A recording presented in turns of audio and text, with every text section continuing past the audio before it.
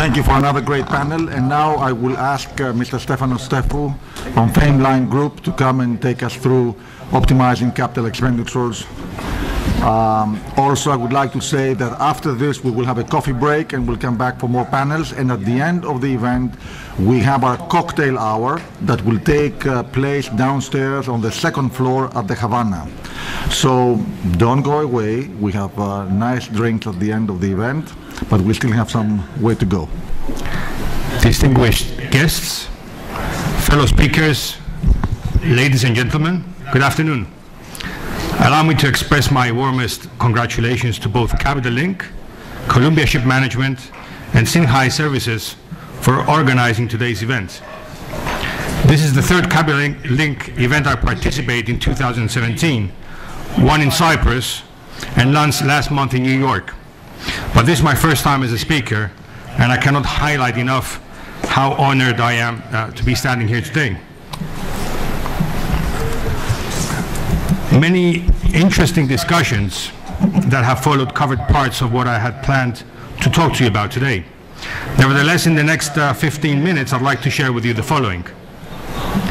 A brief introduction about the world of Fameline Holding Group, how we perceive the challenges stemming from international regulations, and the way we respond to them by discussing the very key elements composing our complete solution and response model, leading all the way up to financing of the related expenses.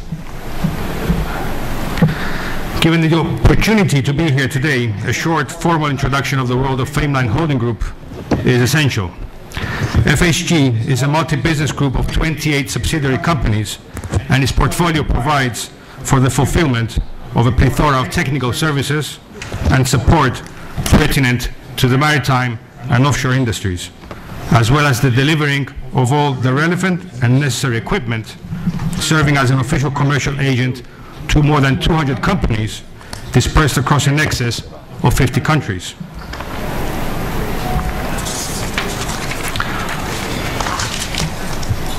A global entity, FHG maintains further offices and possesses within its embrace a network of branch offices in Piraeus, Singapore, Athens, Paris, Rotterdam, Hamburg, New Jersey, and Shanghai. For FHG, building vibrant relationships and a deep-rooted rapport beyond the one-dimensionality typically associated with business transactions is key to its culture and its business. And we invite you today to explore how FHG understands the challenges of the industry that stem from the regulatory compliance standpoint, and effectively how we can offer solutions that will optimize ship owners and ship managers' related expenditures. Before sharing our experiences and solutions, allow me to glide over two very well-known regulatory challenges. After the 70th session of MEPC, it has been established that ballast water management systems and the reduction of CO2 emissions will be the two major challenges which the marine industry will have to face in the very near future. First, the new emission limit. The IMO has announced that the 0.5% global sulfur cap on marine fuel emissions will be implemented from 2020. The current limit is 3.5%, with an exception in SECA zones where 0.1% is a maximum. Second, the Ballast Water Convention has an apparently closer to date implementation schedule. Coming into force on September 8th of 2017, given that no further extensions will be provided, and pending the US Coast Guard approval of 3 additional systems, ships will be required to manage their ballast water to remove, render harmless, or avoid the uptake of or discharge of aquatic organisms and pathogens within ballast water and sediments. In practice, ship owners and ship managers will be compelled for the new emissions limit to use fuels with 0.1% sulfur, or to use a scrubber while using 0.5% sulfur or higher. High sulfur fuels, including heavy fuel oil and high sulfur distillates, will no longer be allowed to be consumed on board a vessel unless an exhaust gas cleaning system has been installed. Issues associated with compliance and enforcement will be handled by IMO member states. In addition, MEPC has tasked its pollution prevention and response subcommittee with defining what further measures should be considered to promote consistent implementation of the sulfur cap. And for the ballast water management regulations, all ships will have to manage their ballast water and sediments, will have to carry a ballast water record book, an international ballast water management certificate, and most ships will have to install an onboard system to treat ballast water and eliminate unwanted organisms. As you can see from the presentation, ship owners and technical managers are undergoing significant pressure from stakeholders. The regulatory and economic uncertainty is making decision-making even harder. To one extent, the lingering question whether a new extension will be given in relation to the new emissions limit gives essentially two options to ship owners. A, to be proactive, and B, to sit back and wait. Our suggestion is to be proactive, examine your options, and plan ahead. To another extent, political decisions have been taken for the implementation of the 2020 regulation. The wording of political documents issued have created a high momentum, and it's highly unlikely that we will see a revision to the set objectives.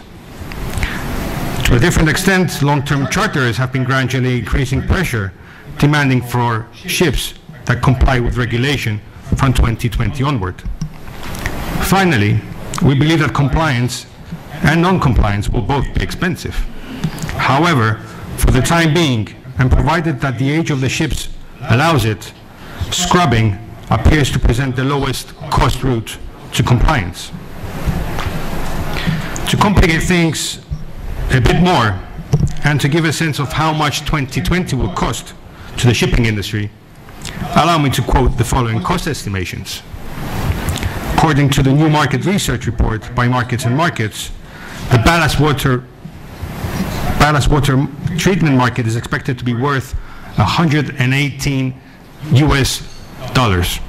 billion US dollars, growing at a compound annual growth rate of 37% between 2017 and 2022. According to consultants Wood Mackenzie, the estimated cost for higher quality fuel could be up to 60 billion. And according to BIMCO, this would mean changing 2.5 to 4 million barrels per day into different higher grade products. And finally, according to IBIA, combining the bunker cost differentials with the prices and uptake in scrubbing results in average annual costs to the shipping community of 24 billion over the decade starting in 2020. Our insight today focuses on what we perceive as the most critical part of the investment decision, being the correct selection of the system to be installed, taking into consideration the technical and commercial parameters of each ship against the features of each system. Apart from the capital expenditure, one should take into consideration the supply cost, the installation cost, the running and maintenance cost, and the trading pattern to reach to the optimum system selection for each vessel. Only in the case of the scrubber, the decision needs to take into consideration the payback period of the system, as it is a more capital intensive investment than the ballast water management system. So how do we respond to this situation? By developing strength in all the links of the chain, through managing direct linkages among the businesses and operations, our response model combines a comprehensive engineering consultancy service, guidance through the supply of the appropriate ballast water treatment and scrubber systems, guidance through the supply of the necessary equipment and spare parts, and a complete financing package. In the remaining minutes, I will be talking about the following steps that comprise our response model. In more detail, our model will take the following methodology and approach. First step would be the onboard survey. Engineers attending on board would conduct a physical inspection to investigate possible locations for installation, to review existing arrangements, and to determine, assess difficulties of retrofitting. A 3D laser scanning would follow to ensure imprinting of available systems, which will be used during the next steps. Our experience in such surveys has been since 2013 on approximately 120 vessels. Step 2 will be based on the results of the onboard survey, where a short list of pre-selected makers of ballast water management systems and scrubbers will be prepared for the particular ship design and is submitted to the ship owner. The following step would be to prepare the preliminary study. In this stage, the feasibility of installation of the pre-selected systems will be prepared. Subsequently, the preparation of the basic design and preliminary specification for budgeting purposes will follow, and finally the preparation of the class package that will eventually be submitted to the vessel's class. Step 4 is a decision entirely in the hands of the owner. This decision can be based on the survey on board and the preliminary study for the shortlisted manufacturers. Owners will then conduct commercial negotiations and select the preferable manufacturers. Next in line would be the preparation of the full detailed installation drawings and technical specification for the finally selected system. Our experience in such studies is significant. We have delivered 65 studies for different ship types, different systems, and shipyards that have resulted into 30 retrofits. Furthermore, 15 more studies have been scheduled for retrofit by the end of this year. Step 6, this is another decision that falls entirely into the consideration of the owner, and it is to select the appropriate shipyard. In this step, owners request for quotations from shipyards and make the final commercial decision and schedule the installation. In step 7, we focus in supervision, where we need to verify that the retrofit works are up to the required standard and to liaise with the attending class surveyors. Sometimes cooperation with the maker for the successful commissioning of the vessels is also required. Even after the installation is complete and the vessel is successfully commissioned, our support remains constant to safeguard the smooth operation of the vessel and to decrease any downtime or problems that might appear. So last but not least, to complete our response model, together with our partner Ocean Finance, we are in the process of implementing a European financing initiative developed by the European Investment Bank that is based on the following terms and conditions. First, that the entity acting as a borrower must be established in an EU member state. Second, that the investment must be with a significant EU added value, such as an EU flag, EU equipment, EU designers and shipyards, whereas it is preferable, it is not necessarily required. But very importantly, and in relation to the guaranteed rates, when 50% of vessels' calls are performed at European ports, then the investment qualifies for the direct lending and guarantee scheme, covering 100% of the green compliance capex. Please note that the vessel calls include all maritime operations, such as loading, unloading, crew exchange, bunkering supplies, and maintenance.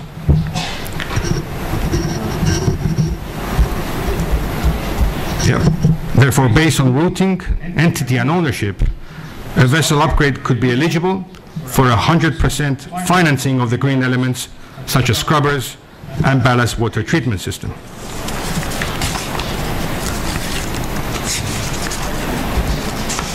Well, I'm just about to finish. 40 seconds, the time says, so I need to wrap it up. We described today our perception of the industry challenges and our response proposal to the high tides it has been caught in. In conclusion, I'd like to highlight how our contribution to today's fascinating forum has been, from a practical and more technical perspective, what we perceive as added value to ship owners and managers. So in summary, Fameline Holding Group can add value by guiding technical and financial decisions, by offering reliability through its 25 years of experience, and by optimizing cost expenditures through efficiency and proven methodologies. I'm looking forward to further discussing these issues in the remaining of the day. Thank you.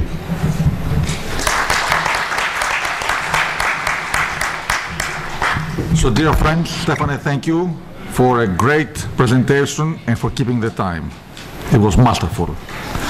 So, ladies and gentlemen, let's have a quick coffee, and we're coming back for the remainder few panels of the day, very important panels, and afterwards we will all have earned multiple drinks. So let's have a break. Again, I'd like to remind you that the cocktail hour will be on the second floor, but don't go there yet. So let's go and have a quick coffee break.